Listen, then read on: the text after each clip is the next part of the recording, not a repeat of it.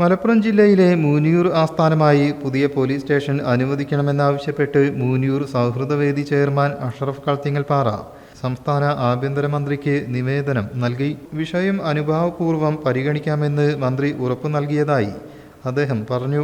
വള്ളിക്കുന്ന് മണ്ഡലത്തിലെ മൂന്നിയൂർ, പെരുവള്ളൂർ പഞ്ചായത്തുകളെ ഏകോപിപ്പിച്ച് പുതിയ സ്റ്റേഷൻ നിർമ്മിക്കണമെന്നാണ് പ്രധാന ആവശ്യം. നിലവിൽ മൂന്നിയൂർ പഞ്ചായത്ത് തിരൂരങ്ങാടി പോലീസ് സ്റ്റേഷൻ പരിധിയിലും പെരുവള്ളൂർ തേഞ്ഞിപ്പലം സ്റ്റേഷൻ പരിധിയിലുമാണ് ഉൾപ്പെടുന്നത്. തിരൂരങ്ങാടി മുനിസിപ്പാലിറ്റിയും മൂന്നിയൂർ എയർ നഗർ പഞ്ചായത്തുകളും നന്നമ്പ്ര, തെന്നല പഞ്ചായത്തുകളുടെ ഭാഗങ്ങളും അടങ്ങുന്ന വലിയ പ്രദേശമാണ് നിലവിൽ തിരൂരങ്ങാടി സ്റ്റേഷന്റെ കീഴിലുള്ളത്. 70,000-ഓളം ജനസംഖ്യയുള്ള മൂന്നിയൂരിലും 60,000-ലേറെ ജനങ്ങളുള്ള പെരുവള്ളൂരിലും അടിയന്തര ഘട്ടങ്ങളിൽ പോലീസ് സഹായം എത്തുന്നതിന് നിലവിലെ ദൂരക്കൂടുതൽ വലിയ വെല്ലുവിളി ആവുന്നുണ്ട്.